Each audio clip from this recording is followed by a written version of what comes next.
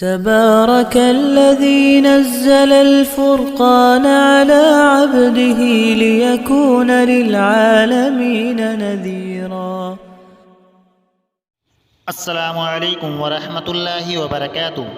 قابل قدر سامعین گرامی، اکثر مدرسے اور مکتب کے طلباء یوم جمہوریہ اور یوم آزادی سے منسلک انجمن اور پروگراموں میں پیش کرنے کے لیے 26 جنوری اور 15 اگست کے پس منظر کو طلب کرتے ہیں، لہٰذا انہی کی رعایت کرتے ہوئے ہم نے اس ویڈیو میں 26 جنوری اور 15 اگست کے حوالے سے بنیادی معلومات کو یکجا کیا ہے، جو یقیناً آپ کو بیحد پسند آئیں گی۔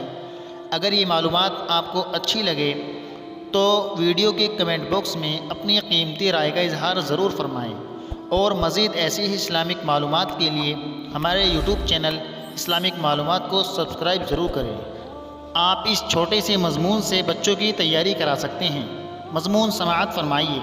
پیارے بچوں، ہمارا ملک ہندوستان جو تقریباً 200-250 سال تک انگریزوں کا غلام رہا، آخر میں ہمارے علماء کی قربانیوں اور محنتوں کے نتیجے میں 15 اگست 1947 میں ہمارا پیارا ملک ہندوستان انگریزوں کے چنگل سے آزاد ہوا۔ پیارے بچوں، آزاد ملک میں لاء اینڈ آرڈر یعنی امن و امان کو برقرار رکھنے کے لیے ایک قانون کی ضرورت پڑی۔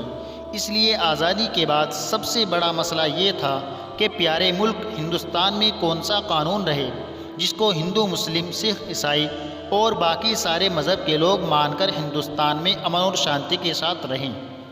پیارے بچوں، آزادی کے بعد ہندوستان میں ہمارے پیارے ہندو بھائیوں کی تعداد مسلمانوں کی تعداد کے مقابلے میں زیادہ تھی، کیونکہ مسلمان پاکستان چلے گئے تھے اور اکثر مسلمانوں نے پاکستان کو لے لیا تھا۔ اس لیے ہندو بھائیوں کے لیے اس ملک کو ہندو راشٹر بنانا آسان تھا، لیکن ہمارے علماء اور دوسرے مذہب کے بہت سے بڑے لوگوں نے اس ملک اور اس کے قانون کو جمہوری بنوایا۔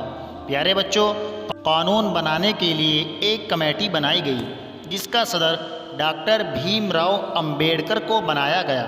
ہمارا آئین اور قانون بنانے میں 2 سال 11 مہینے اور تقریباً 18 دن لگے، اور 26 جنوری 1950 کو یہ قانون ہمارے ملک میں لاگو کر دیا گیا۔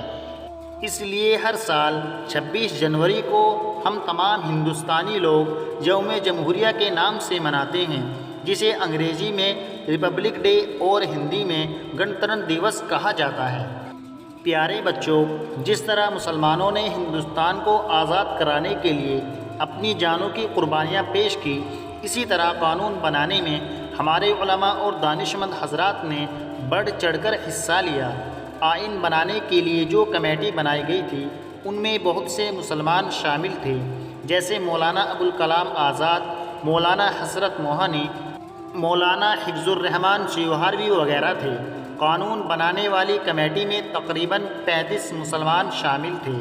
پیارے بچوں، پوری دنیا میں ہمارا ملک سب سے بڑا جمہوری ملک ہے، اور ہمارا آئین بھی سب سے بڑا آئین ہے۔ جمہوری ملک کا مطلب یہ ہوتا ہے کہ ملک میں حکومت عوام کی ہوتی ہے، اور حکومت کرنے والے عوام کی مرضی کے مطابق حکومت کرتے ہیں۔ ہمارا آئین اس ملک میں رہنے والے ہر آدمی کو یہاں رہنے اور اپنے مذہب پر عمل کرنے کی پوری آزادی دیتا ہے۔ ہمارا آئین کہتا ہے کہ یہاں ہندو، مسلم، سکھ، عیسائی سب برابر کے شہری ہیں۔